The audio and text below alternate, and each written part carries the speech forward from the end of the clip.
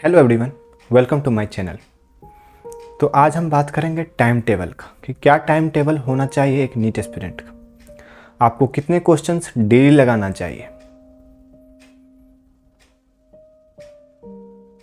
आपको कितने घंटे डेली पढ़ना है, जो भी बचा हुआ टाइम है नीट का। आप क्या स्ट्रेटजी अपनाएं कि अगर आपका स्कोर 300, 400, 500 तक है तो आपका नीट जो फाइनल नीट होगा उसमें आपका 600 प्लस स्कोर आएगा। आप बस इस टाइम टेबल को फॉलो करना, आपका स्कोर डेफिनेटली 600 प्लस होगा फाइनल नीट में। तो चलिए स्टार्ट करते हैं। बात करते हैं एक आइडियल टाइम टेबल क्या होना चाहिए नीट एस्पिरेंट का। टाइम टेबल कुछ नहीं है। टाइम टेबल 6, 7, 8 क्लास के बच्चों के लिए होता है कि हाँ भाई, यहाँ तक आपका स्कूल का टाइमिंग है और आप घर पे आके 1-2 घंटे पढ़ो, वो पेरेंट्स पढ़ाते हैं। आप डॉक्टर बनने वाले हो, आपके लिए क्या टाइम टेबल होना चाहिए, आप सोचो जरा। टाइम टेबल कुछ नहीं होता, आपको खुद से डिसाइड करना होगा कि आपका टाइम टेबल क्या होना चाहिए।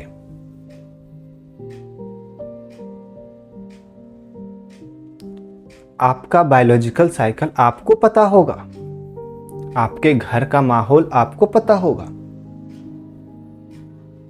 इसमें मैं या कोई और भी इंटरफेयर नहीं कर सकता। वो जानता नहीं है, वो तो जानता ही नहीं है कि आपके घर का माहौल क्या है, आप सुबह में पढ़ना चाहते हो या रात में पढ़ना चाहते हो, आपको कब मन लगता है पढ़ाई में, है ना।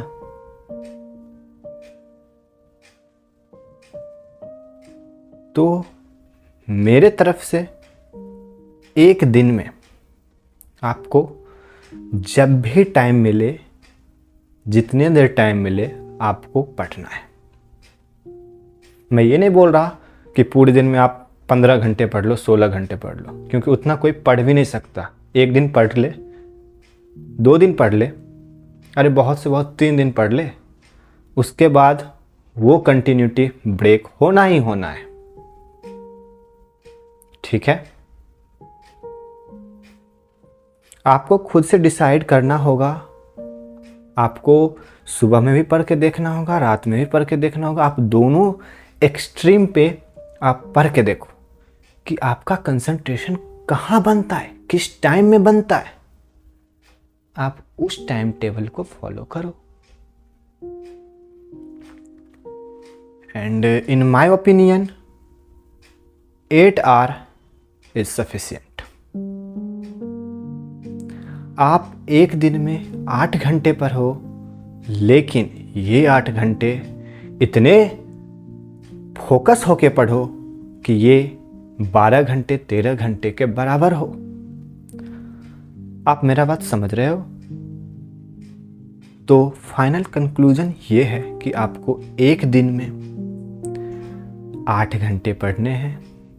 किसी दिन ज़्यादा भी होगा, किसी दिन कम भी होगा। ये तो लाइफ का पार्ट है, कभी सक्सेस कभी फेल्योर। ठीक है, डिमोटिवेट नहीं होना है। आप 8 आवर कंसिस्टेंट होके पढ़ो, डेली पढ़ो। ये नहीं आज मैंने 8 घंटे पढ़े हैं तो कल मैं 5 घंटे पढ़ लूँ, ये नहीं होना चाहिए।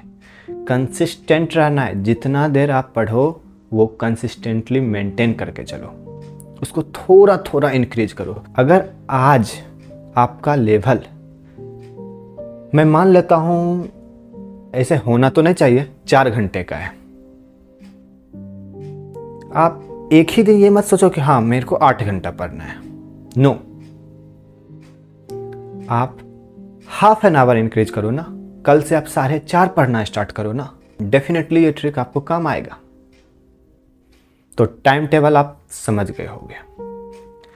बात करते हैं कि कितने क्वेश्चंस आपको डेली लगाना चाहिए फिजिक्स, केमिस्ट्री और बायो में। मेरे अकॉर्डिंग फिजिक्स में आपको 45 to 50 क्वेश्चंस डेली लगाना चाहिए। केमिस्ट्री में भी same 45 to 50 question, and bio में 90 to 100 क्वेश्चन। ठीक है, और ये जो क्वेश्चंस होगा ना, ये जो क्वेश्चन जो आप लगा रहे हो, ये मैं ही नहीं, ये कोई भी टीचर हो, कोई भी मेंटर हो, आपको यही गाइड करेगा। ये NCERT बेस्ड होना चाहिए, ये कंपलसरी है, क्योंकि NTA वालों ने I think most of the questions जो आते हैं वो NCERT बेस्ड ही होते हैं। बायो में तो 90 के 90 क्वेश्चन ही। तो क्यों ना आप NCERT को फॉलो करो? क्यों आप अदर बुक के पीछे भागते हो? क्यों आप दूसरे के मॉड्यूल के पीछे भागते हो? हाँ, जो लाइन NCERT में समझ ना आए, उस लाइन को समझने के लिए अगर थोड़ा एक्स्ट्रा भी जाना पड़े तो वो जाओ, वो तो पार्ट है, वो तो जाना ही है। तभी तो आप उस लाइन का अंडरस्टैंडिंग कर पाओगे, समझ पाओगे आप। ठीक है, ये क्वेश्चंस हो गया कितने। अब बात करते हैं कि कितने आवर सेल्फ स्टडी होना चाहिए। मेरा बस एक बात, आप जितना पढ़ते हो उसमें आप अपना, जैसे मान लो आप 10 घंटे पढ़ते हो, 8 घंटे पढ़ते हो, उसमें हाफ टाइम जो होना चाहिए वो होना चाहिए सेल्फ स्टडी के लिए। ओके, अगर आप मॉर्निंग का टाइम टेबल फॉलो करते हो तो आपको मॉर्निंग में उठते ही सबसे पहले रिवीजन करना चाहिए, क्योंकि अगर आप कितना भी पढ़ लो, अगर रिवीजन नहीं है तो कुछ भी नहीं है। ये मैं अपने एक्सपीरियंस से बता रहा हूँ। आप मान लेते हैं फिजिक्स के एक चैप्टर से आप 100-200 न्यूमेरिकल लगा लो, उससे कोई फायदा नहीं। Revision is the most important step for your success. अब बात करते हैं कि अगर स्कोर आपका 300 है, 400 है, तो इसको कैसे इंक्रीज करें। सबसे पहले आपको जो आपका स्ट्रॉन्ग चैप्टर है उसको S लिख के रखना है कि हाँ ये मेरा स्ट्रॉन्ग है। जो वीक है उस पर आप ज़्यादा टाइम अपना दो, उसको बेहतर बनाओ।